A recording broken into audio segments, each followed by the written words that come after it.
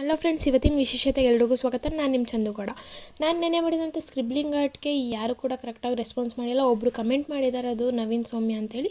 So ಅವ್ರ ಉತ್ತರ ಕೂಡ ಕರೆಕ್ಟ್ ಇಲ್ಲ. ನಾನು ಮಾಡ್ತಿದ್ದಂಥ ಸ್ಕ್ರಿಬ್ಲಿಂಗ್ ಆರ್ಟ್ ಯಾರ್ದು ಅಂತ ಹೇಳಿದ್ರೆ ಶಂಕರ್ ನಾಗ್ ಅವ್ರದ್ದು. ನಾನು ಮಾಡ್ತಿದ್ದಂಥ ಸ್ಕ್ರಿಬ್ಲಿಂಗ್ ಆರ್ಟ್, ಬಟ್ ಆದರೆ ಅವ್ರು ತಪ್ಪು ಉತ್ತರ ಕೊಟ್ಟಿದ್ದಾರೆ.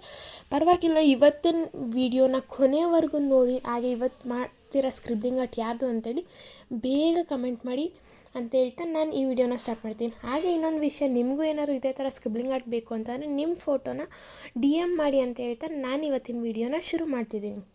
ಸೊ ನಾನಿರೋದು ಪಿ ಜಿಲಿರೋದ್ರಿಂದ ಒಂದಷ್ಟು ಮೆಮೊರೀಸ್ ಬೇಕಲ್ವಾ ರಿಟರ್ನ್ ಹೋಗೋಷ್ಟರಲ್ಲಿ ಅಂತ ಹೇಳ್ಬಿಟ್ಟು ನಾನೇನು ಮಾಡ್ತೆ ಅಂತ ಅಂದರೆ, ಪನ್ನೀರ್ನ ಅಂಗಡಿಯಿಂದ ತಂದ್ಬಿಟ್ಟು ಕೆಟಲಲ್ಲಿ ಪನ್ನೀರ್ನ ಬಾಯ್ಲ್ ಟ್ರೈ ಮಾಡೋದ ಅಂತ ಹೇಳ್ಬಿಟ್ಟು ಪನ್ನೀರ್ ತೊಗೊಬಂದು ಕೆಟಲ್ಗೆ, ಅಂದರೆ ಪನ್ನೀರ್ನೆಲ್ಲ ಕಟ್ ಮಾಡಿ ಕೆಟಲ್ಗೆ ಹಾಕಿ ನೀರು ಹಾಕಿ ಅದಕ್ಕೆ ಸ್ವಲ್ಪ ಉಪ್ಪು ಹಾಕಿ ಬಾಯ್ಲ್ ಮಾಡಿದ್ವಿ.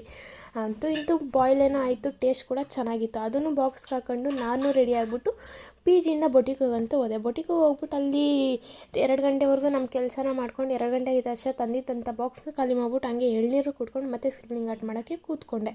ನಾನು ಮಾಡ್ತಿರೋ ಸ್ಕ್ರಿಬ್ಲಿಂಗ್ ಆರ್ಟ್ ಯಾರ್ದು ಅಂತೇಳಿ ಬೇಗ ಕಮೆಂಟ್ ಮಾಡಿ ಅಂತ ಹೇಳ್ತಾ ಈ ವಿಡಿಯೋನ ಮುಗಿಸ್ತೀನಿ. ಹಾಗೆ ಮರಿಬೇಡಿ, ನಿಮಗೂ ಏನಾದ್ರು ಇದೇ ಥರ ಸ್ಕ್ರಿಬ್ಲಿಂಗ್ ಆರ್ಟ್ ಬೇಕು ಅಂದರೆ ಬೇಗ ನಿಮ್ಮ ಫೋಟೋನ DM ಮಾಡಿ ಅಂತ ಹೇಳ್ತಾ ಈ ವಿಡಿಯೋನ ಮುಗಿಸ್ತಾ ಇದ್ದೀನಿ. ಬಾಯ್.